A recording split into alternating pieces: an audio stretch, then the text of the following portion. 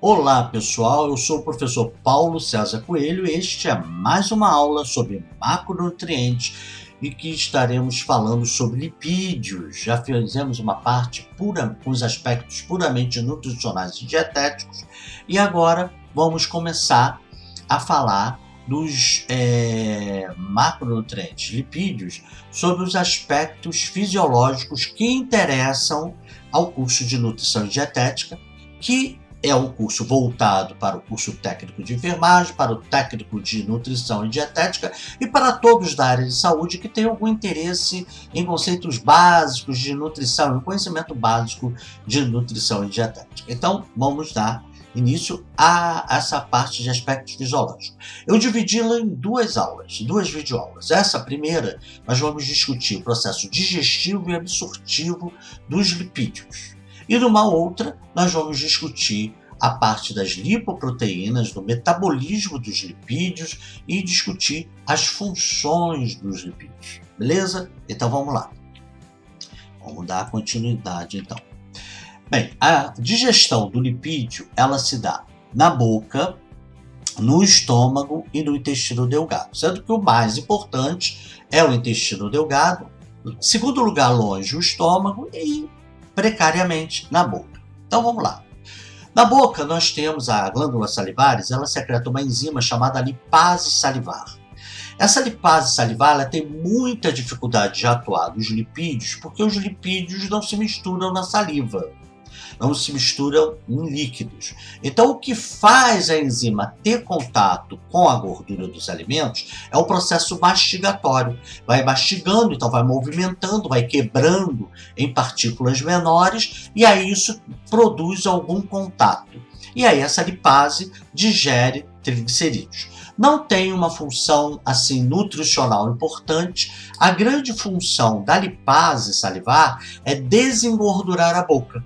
Como ela não se misturaria com a saliva, você comer alimentos muito gordurosos deixaria sua boca toda engordurada durante algum tempo. Teríamos que usar algum detergente artificial ou de alguma planta, né, algum detergente natural, para tirar aquilo dali. Então, a lipase triglicerídica, ela funciona como um detergente. Ao quebrar os triglicerídeos, ela favorece que aquilo desça, né? Então, o que acontece? Durante o processo de mastigação, parte dos lipídios, a boa parte é quebrada e desce para o esôfago e daí para o estômago, e o que fica ali residual vai ter contato com a lipase triglicerídea e será quebrado para desengordurar a boca. Então tem muito mais função de desengordurar a boca do que uma função nutricional, né?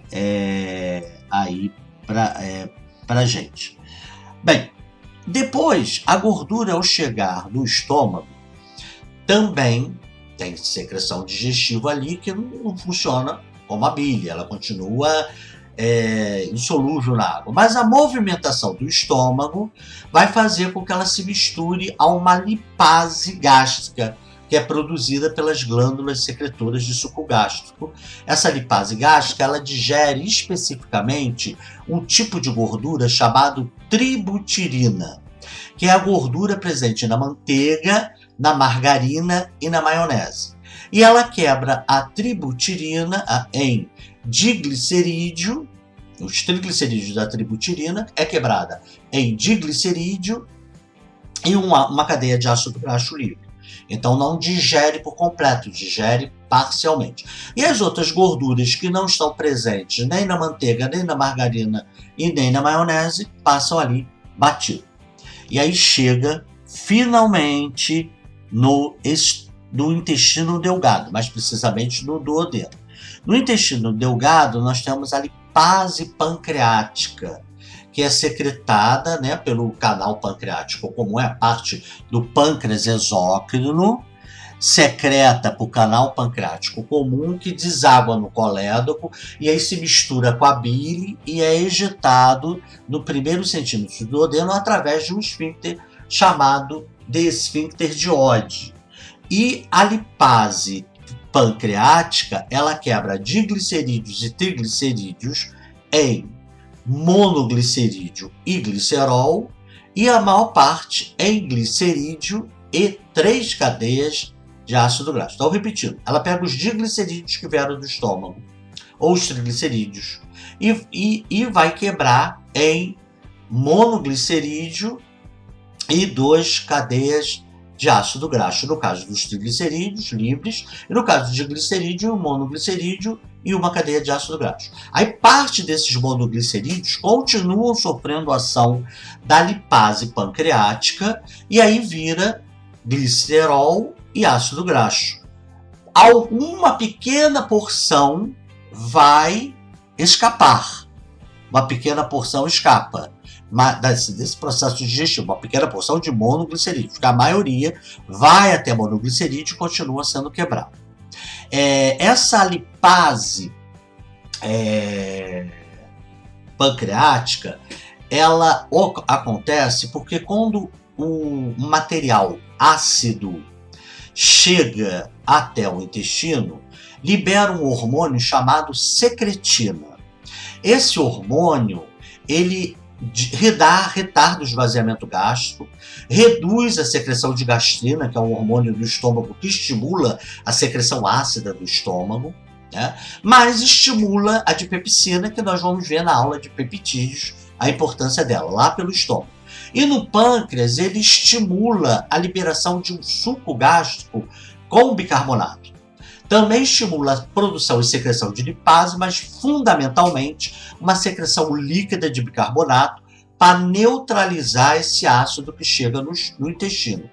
Por isso que o pH no intestino é em torno de 8, enquanto que do estômago é em torno de 3,5 a 2,5, extremamente ácido, a do intestino delgado é em torno de 8. Por quê? Ele tem os enterócitos, as células da parede do intestino, que secretam muco rico bicarbonato, e mais essa secreção adicional que vem todas as vezes que atinge o duodeno uma grande quantidade de ácido. Tudo ela secretina. A secretina também ajuda a abrir o esfíncter de Oddi, que vai fazer com que esse suco digestivo do colédoco, a bile, as enzimas pancreáticas adentre a luz do intestino delgado, do duodeno, já que o esfíncter de Oddi, que é o buraquinho, né, que abre e fecha e que comunica o colédoco ao início do duodeno, está ali nos primeiros centímetros do duodeno. Além disso, é liberado um outro hormônio que age em cadeia, que é a pancreosemina colicistoquinina ou pancreosemina colicistocinina. É o mesmo conjunto de hormônios. Apesar que um é com Q e outro é com C, é o mesmo hormônio. O que eles fazem?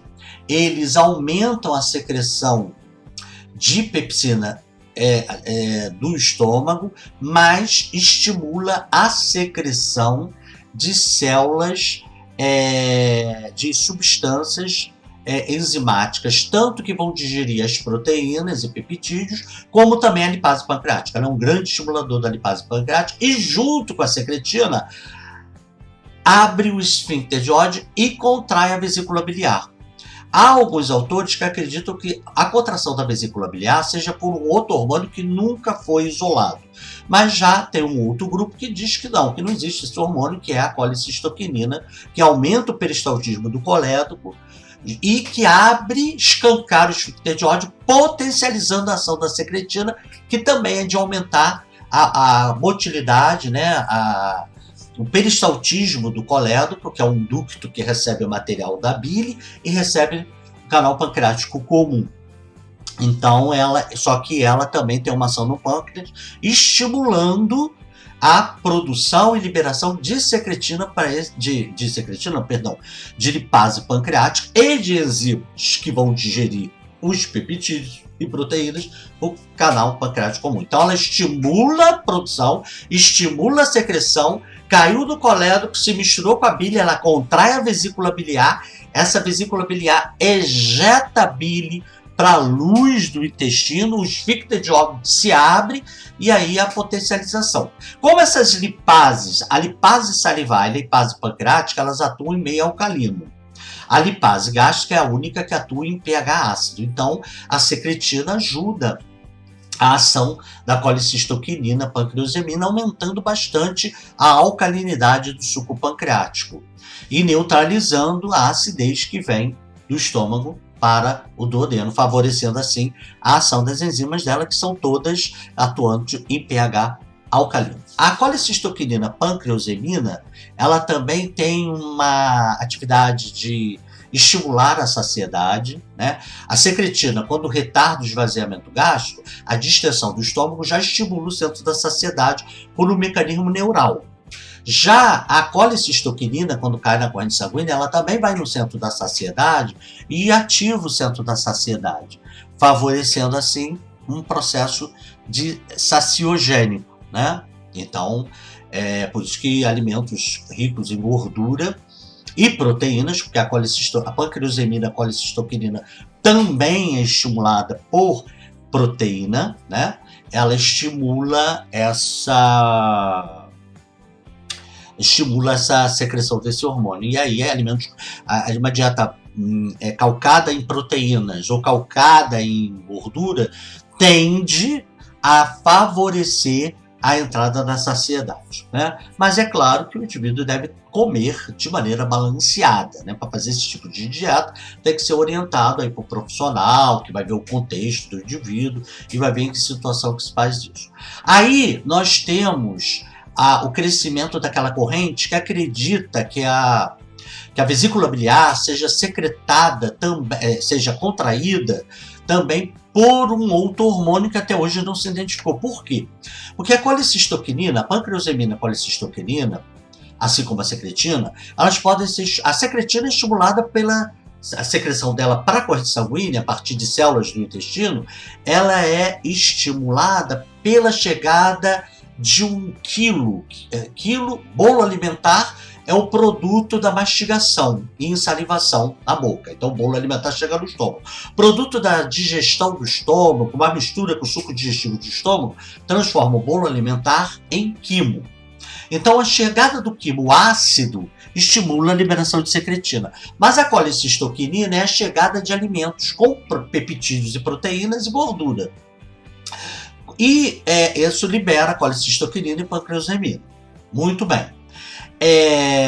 Quando a gente tem uma colicistoquinina, pancreosemina, colicistoquinina estimulada principalmente ou fundamentalmente por peptídeos e proteínas, a vesícula biliar não contrai tanto.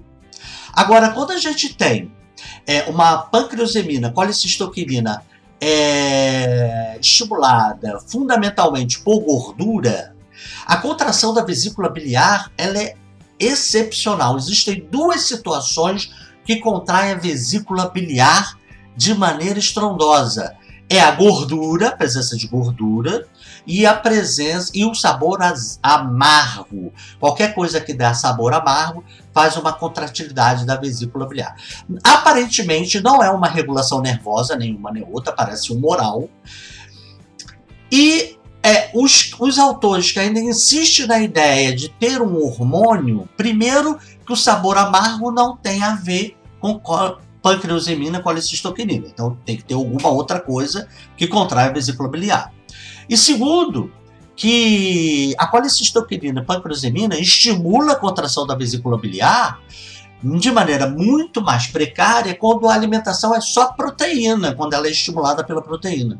Quando ela é estimulada pela gordura, que a contração da vesícula biliar é muito violenta, injetando bile para o colédoco e daí abrindo o esfíncter de Oddi e caindo no túbulo digestivo, no intestino. Então, por isso que acredito que deva, da mesma maneira que há uma interação entre a secretina e a colicistoquinina para aumentar o peristaltismo do colédoco e abrir o esfíncter de Oddi para deixar a bile e o material pancreático entrar no duodeno, também acredita que deva ter um hormônio que até hoje não se isolou, que potencializa esses dois da vesícula biliar e que só seja liberado quando dá sabor amargo, que aí ele é tão poderoso que nem precisa da pancreosemina, colicistoquinina nem a secretina, né? ou gorduras no duodeno, né?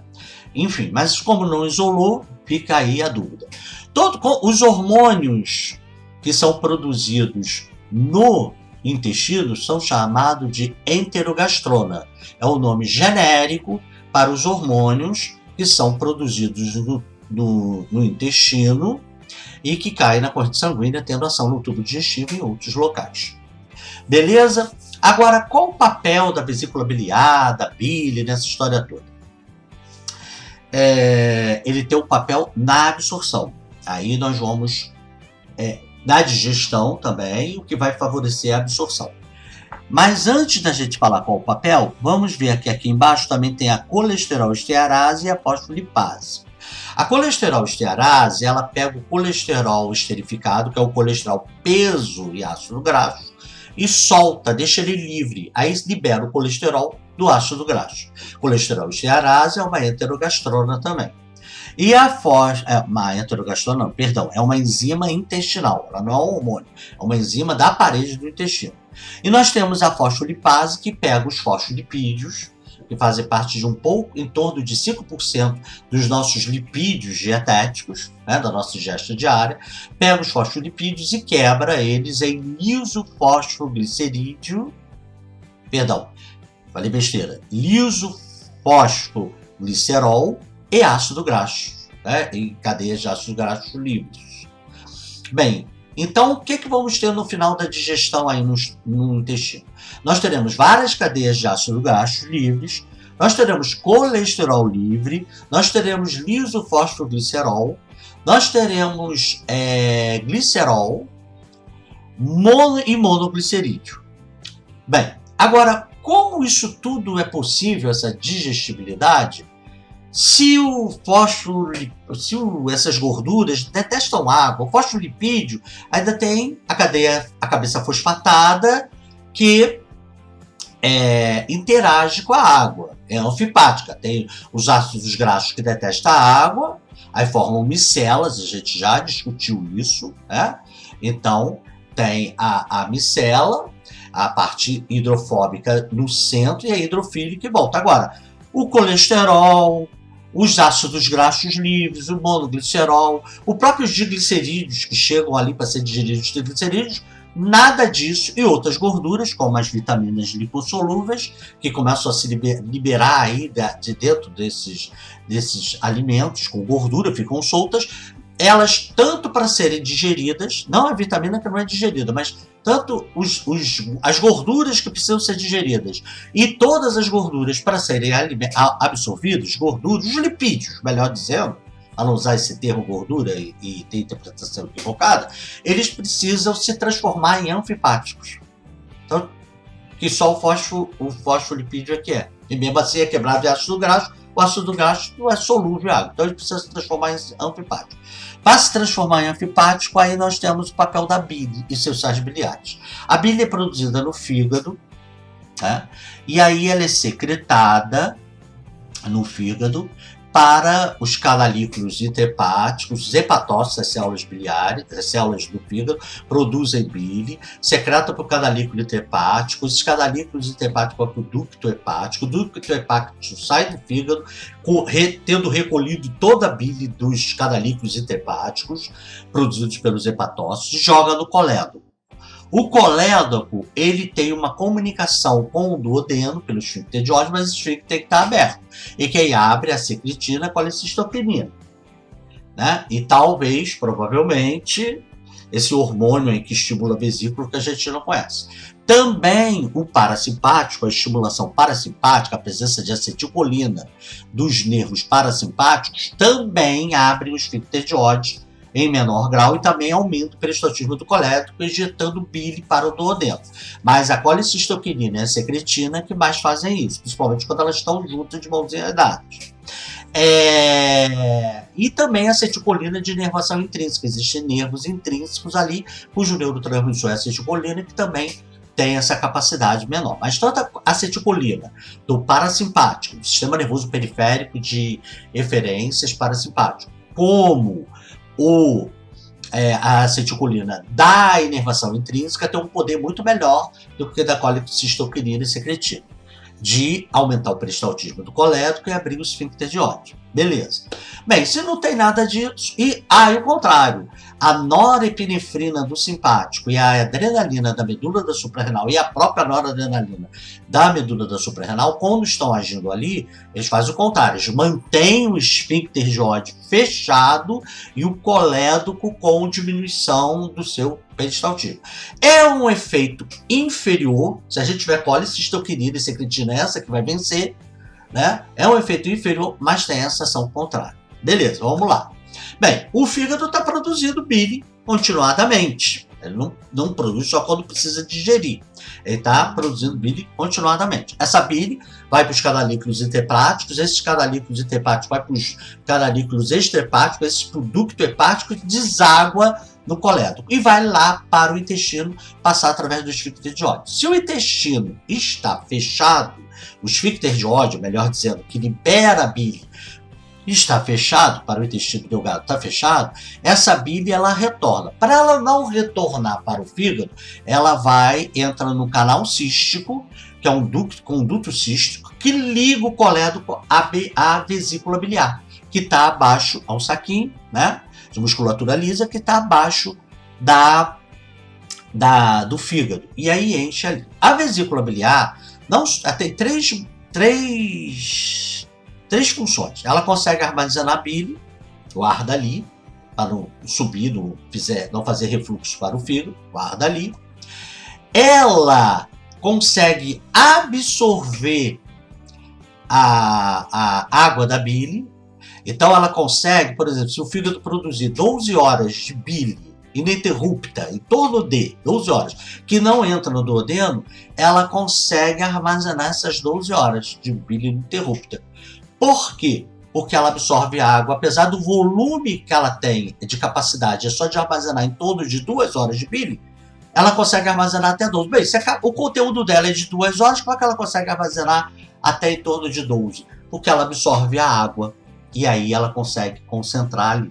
Continua aguado, mas concentrado. Então ela tem esse poder de concentrar a bile.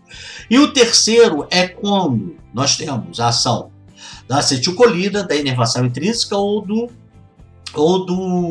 parasimpático. E principalmente a ação conjunta da secretina e pancreosemina, colicistoquinina, ou desse provável hormônio que estimula a vesícula quando está com gosto amargo ou sabor amargo, sentindo sabor amargo, ou gordura no intestino, ela contrai violentamente, espirrando bile pelo seu canal cístico, e aí o ducto cístico vai para o colédoco e empurra o colédoco. Aí nessa altura o colédoco está todo com movimentos peristálticos, então empurra, o esfíncter de Oddi está aberto e ela ejeta. Quando há uma retirada da vesícula biliar, a gente continua digerindo gordura, continua tendo bile, continua isso tudo. Porém, a gente diminui a quantidade de bile, porque apesar do que joga a bile do duodeno ser a abertura do esfíncter de Oddi, o peristaltismo do colédoco, essa contração violenta da vesícula biliar impulsiona, faz como se fosse uma verdadeira tsunami de bile. Então, enquanto que sem a vesícula fica uma marolinha, e mais vai para o duodeno e vai conseguir digerir e absorver, a vesícula biliar contraindo violentamente, ela empurra muito mais. Então, favorece a digestão. Então, pessoas que têm uma retirada da vesícula biliar, teve um tumor, teve cálculos, e fez uma colicistectomia, ela vai ter a digestão das gorduras, vai ter a absorção das gorduras, dos lipídios, porém, ela terá um prejuízo nessa digestibilidade. Ela não vai poder comer uma grande quantidade de gordura, porque ela vai ficar empanzinada, porque ela vai ter uma lentidão na digestão. Então, a ação de bloquear o esvaziamento gástrico, né, vai ser lento, porque quem bloqueia o esvaziamento gástrico é a secretina, mas a pancreosemina, colicistoquinina também o faz. Então, só quando acaba a gordura ali é que o esvaziamento gástrico se dá novamente, né, numa refeição extremamente gordurosa. Se você não tem a vesícula biliar e lentifica a digestão e, consequentemente, a absorção da gordura, você vai ficar mais tempo com o esvaziamento gástrico retardado, e muitas das vezes a pessoa fica nauseada se ela insiste em comer grande gordura, principalmente na faixa etária noturna, em que o peristaltismo por si só, principalmente à medida que envelhecemos, diminui, e a pessoa vai acabar vomitando se ela ficar insistindo em comer a mesma quantidade de gordura quando ela comia exagerada, de lipídios, quando ela comia de maneira exagerada, se ela comia de maneira exagerada quando tinha vesícula. Com vesícula, ela encara, mas sem vesícula, vai ter que fazer aí, principalmente na faixa etária noturna, e principalmente à medida que envelhecemos, uma restrição de gorduras nas refeições aí. Porque, mais uma vez, vai ser digerido, será absorvido, mas será tudo muito lento. Então a pessoa vai se sentir afrontada, empanzinada, se xixi, vai até acabar vomitando, porque o estômago, quando não esvazia para baixo e insiste em continuar não enchendo, ele acaba induzindo o vômito, esvaziando para cima. Beleza, pessoal? Então, e o que a bile faz? Além de ser o veículo das enzimas pancreáticas, o que ela faz aí com a gordura? É muito simples, ela quebra a gordura em pedaços menores. Então isso é chamada de emulsificação, ela interage com a gordura, quebrando a gordura, ela tem uma ação detergente, que é emulsificadora, ação detergente de quebrar a gordura em pedaços menores. E ela impregna esses pedaços menores dos seus sais biliares, cujo principal é o ácido cólico. E esses sais biliares tornam os ácidos graxos, o diglicerídeo, tornam isso tudo, triglicerídeo, tudo, colesterol, tudo anfipático. Ou seja, a parte que detesta a gordura fica no meio, fugindo da água, do suco digestivo, e ao redor ficam os sais biliares, formando como se fosse um fosfolipídio. Então, o fosfolipídio não precisa disso, mas quando ele libera os ácidos graxos vão precisar, né?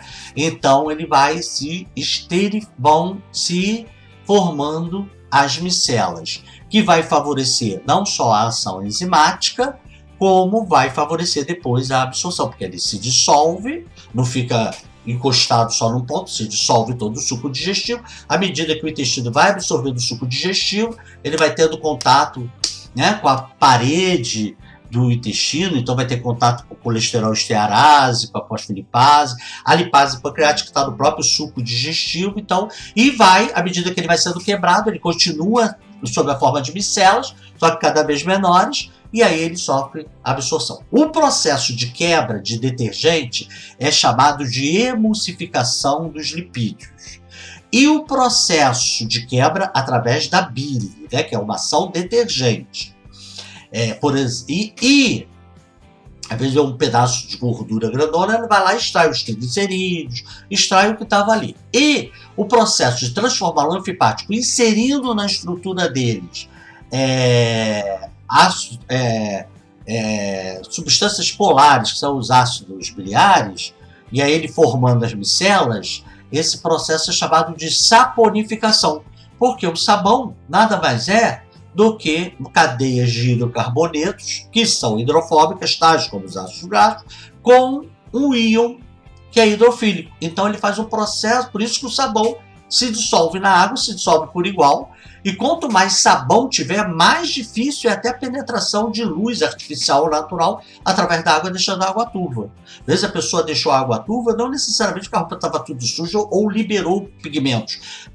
Pode ser simplesmente o excesso de sabão. Quanto mais sabão, mais micelas, fica homogêneo e a água vai ficando turva, dificultando de passar a luz, raios de luz ali, através dela. Muito bem. Então, esse processo é chamado de saponificação. Aí, houve a digestão, né? E haverá absorção. Quando a gente tem uma obstrução biliar, por exemplo, uma pessoa tem hepatite e aí produziu um edema tamanho que dificultou a passagem de bile, né, para as vias biliares extrahepáticas e não chega no duodeno. Conclusão, a gente vai perder gordura nas fezes. O colesterol, a gente ainda tem uma razoável absorção, mas o ácido graxo, monoglicerol, monoglicerídeo, tudo isso será perdido, né? E aí sai nas fezes, porque não será digerido, logo não será absorvido e sairá tudo nas fezes. E as fezes ficam boiando, ficam toda engordurada, é a chamada esteatorreia. Também pode acontecer por outros motivos, cálculos biliares, que obstruem as vias biliares, né? Atresia das vias biliares, o bebê que nasce com o fígado, com as vias intrahepáticas, e aí vai para a via extrahepática, não tem continuidade, falta um pedaço que liga ao colédoco. Então ele, né? E as fezes serão alcoólicas, porque o que dá a pigmentação das fezes é a bilirrubina, que é um produto da degradação das hemoglobinas, que o fígado transforma em hidrossolúvel e joga na bile. Essa bilirrubina, ela sofre ação das bactérias intestinais e aí dá a estercobilinogênio, ou dá urobilinogênio, que cai na corrente sanguínea e sai na urina sob a forma de urobilina, que ele é oxidado e aí vira urobilina, e dá a coloração amarelo palha ou amarelo âmbar da urina. E nas fezes, esse urobilinogênio sai da coloração marrom do cocô, que também vai dar urobilina, porque em contato com oxigênio vira urobilina, que alguns autores chamam de coprobilinogênio, que vai se transformar em coprobilina, ou estercobilinogênio, que vai se transformar em estercobilina, porque como sai no cocô, apesar de ser urobilinogênio, e o primeiro nome foi urobilinogênio, que se transforma em urobilina, então os mais puristas chamam tudo de urobilinogênio, que é a mesma substância. E aí os mais modernos chamam de urobilinogênio, que sai da urina, mas a mesma substância, quando saindo nas fezes, é urobilina, chama-se coprobilina ou coprobilinogênio, que vai se transformar em coprobilina quando é oxidado pelo oxigênio, ou estercobilinogênio, vai oxidado via estercobilina, a mesma coisa. Aí dá a coloração marrom do cocô. Por isso, assim, o bebê, quando nasce, ele elimina mecônio. As fezes do bebê é mecônio. É um verde escuro, que bom iluminado, parece até preto. Que ali é bile, que foi liberada, né, em pequena quantidade, muito pequeno, bilirrubina, que sai na bile. Como ele não tem bactéria, à medida que ele vai mamando, que ele vai tendo as bactérias do bem, ele não tem, então sai aquele mecônio, que seria igual às fezes, só que rica em bilirrubina, não tem urobilinogênio, nem urobilina, muito menos. Não tem bactéria, e aí à medida que vai tendo a bactéria, ele vai mudando de cor para amarelo, né? E aí até quando ele tem uma alimentação próxima do adulto, que aí tem uma flora próxima do adulto, tem uma grande quantidade de bilirrubina, aí já não é mecônio. Mecônio se caracteriza por não ter coprobilinogênio, né? E ser rico em bilirrubina e não ter bactérias ali que estão começando a crescer. Isso que é chamado de mecônio. Mas no indivíduo, mesmo tendo bactérias, se ele não tem a bile passando, ou por um tumor de vias biliares, qualquer coisa que esteja obstruindo a bile de passar para o intestino e daí sair, ir para o intestino grosso e sofrer a modificação pelas bactérias saprófitas e daí da coloração marrom, o que vai acontecer? As fezes dela vão ficar alcoólicas, vão ficar brancas, da cor da massa do vidraceiro, aquela massa de colocar vidro na janela. Então vai ter fezes esteatorreicas, cheias de lipídios, e fezes alcoólicas, sem cor, né?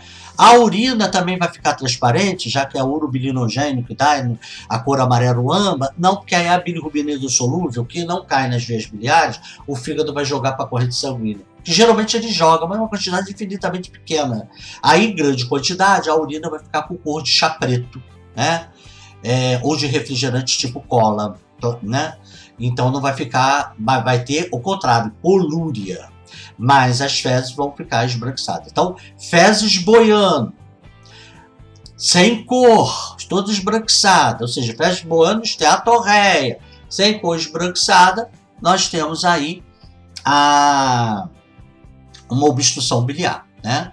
E aí já sabe que o colesterol vai ser perdido, mas uma parcela vai ser absorvida, a lisofosfo glicerol também. Agora os ácidos graxos, monoglicerídeo, tudo isso será perdido. Os diglicerídeos, os triglicerídeos que serão nem digeridos serão perdidos. Com isso vai varrer as vitaminas lipossolúveis. Se isso for logo resolvido, beleza, que as vitaminas lipossolúveis de uma maneira geral a gente tem grandes depósitos. Mas se isso se postergar, a gente vai começar a ter hipovitaminose das diversas vitaminas, né, do grupo A, D, E e K.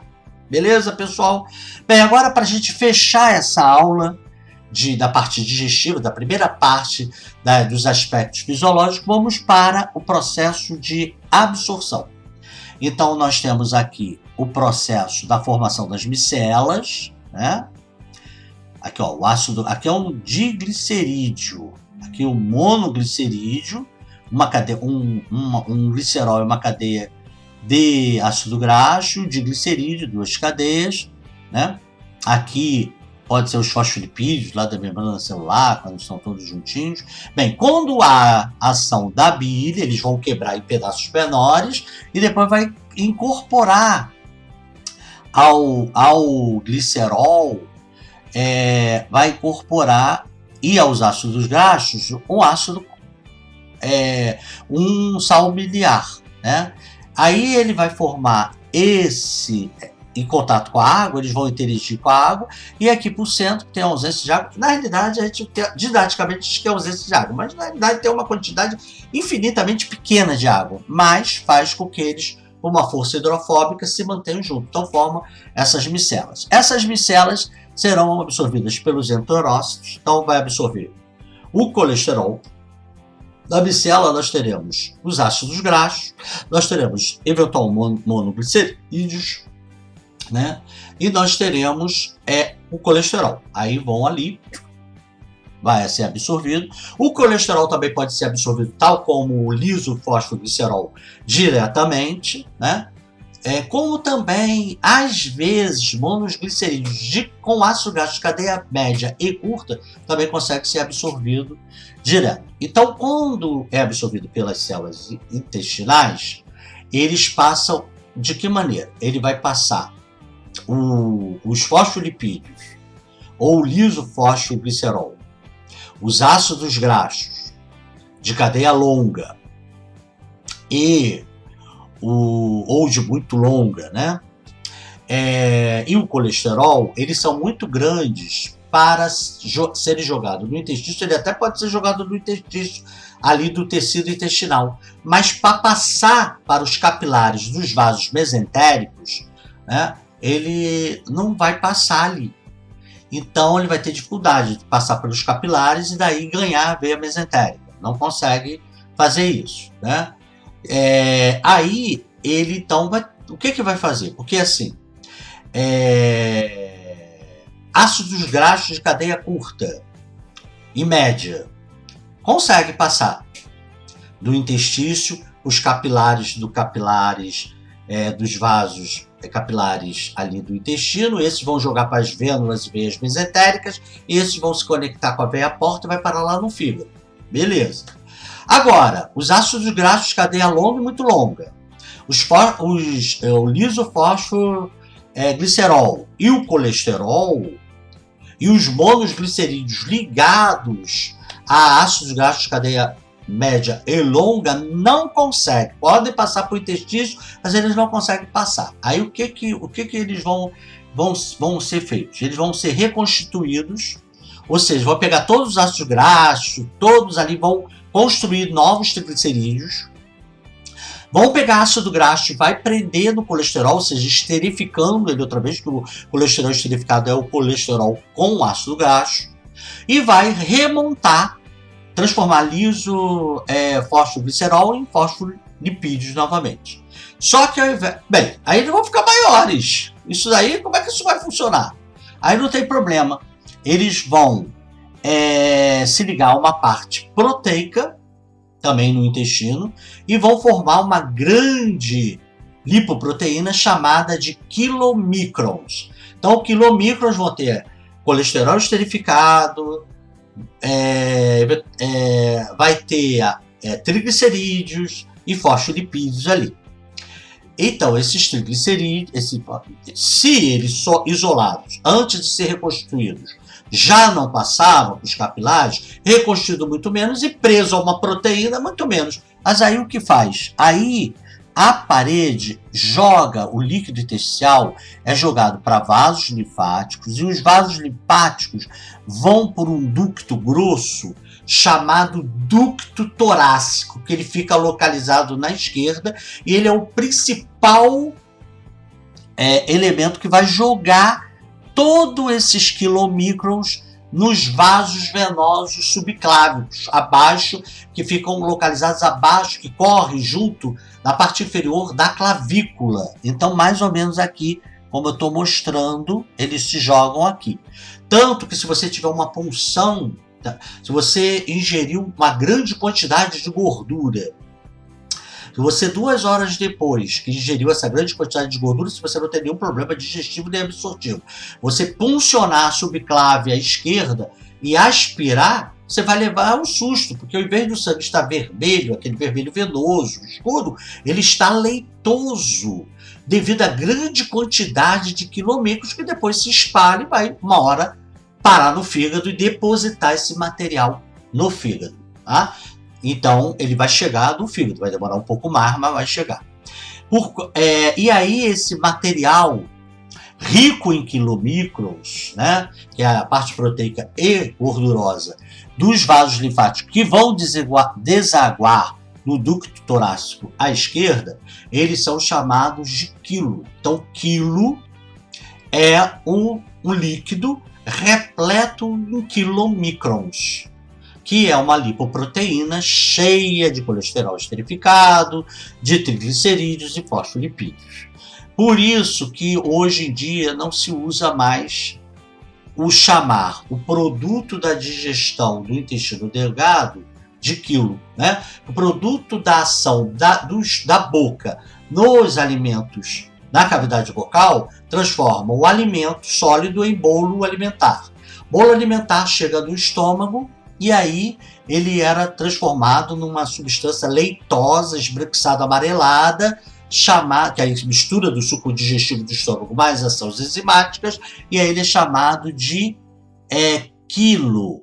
E aí no intestino ele sofre nova digestão e acréscimo de líquido também, apesar do intestino absorver, intestino delgado, ele também secreta líquido, e aí fica mais liquefeito e não tão semilíquido, ele fica mais liquefeito, e aí vai para o intestino grosso, e no passado era chamado de quilo, né? Então, bolo alimentar sai da boca, quilo sai do estômago e quimo, o que sai do duodeno para o intestino grosso, e o intestino grosso vai liberar no final o bolo fecal. Tudo se mantém o nome, não mais esse do intestino delgado, ficou sem nome nenhum, para não fazer confusão com o quilo, que é o líquido presente, o material, melhor dizendo, presente, a solução presente na líquido linfático, rico em quilomicrons, quando você faz uma digestão e absorção de uma grande quantidade de gorduras. Aí ele é jogado no sangue venoso dos vasos subclávicos da esquerda, e aí ele se distribui. Nós temos alguma coisa que chega também da direita, porque tem um ducto torácico à esquerda, muito rudimentar, mas não tem essa importância. Tanto que uma das complicações da gente fazer uma punção venosa, nos vasos venosos subclávicos, na esquerda tem todos os problemas da direita, hemotórax, pneumotórax, né? Todos os problemas, mais o quilotórax, ou seja, começar a estourar o vaso, começar a drenar aquilo ali para as regiões das pleuras, e aí dá problemas, como vocês vão estudar lá na fisiologia respiratória, na anatomofisiologia respiratória. Bem, a fisiologia não acaba. Uma vez chegando diretamente, né, os monoglicerídeos de cadeia curta e média, ou os ácidos graxos livres de cadeia curta e média, chegar no fígado, ou os demais, a partir dos quilomicrons, chegar no fígado, o que o organismo faz? Quais são os hormônios envolvidos? Quais são as outras lipoproteínas? Né? E quais são as funções que nós já vimos na primeira aula, por alto, detalhar mais as funções das gorduras, né? Então, a parte metabólica e fazer uma revisão das funções dos lipídios do nosso organismo, funções gerais, ficará em cargo do próxima videoaula, né? Sobre macronutrientes, mais precisamente lipídios, aí a segunda parte dos aspectos fisiológicos. Até lá, aguardo vocês.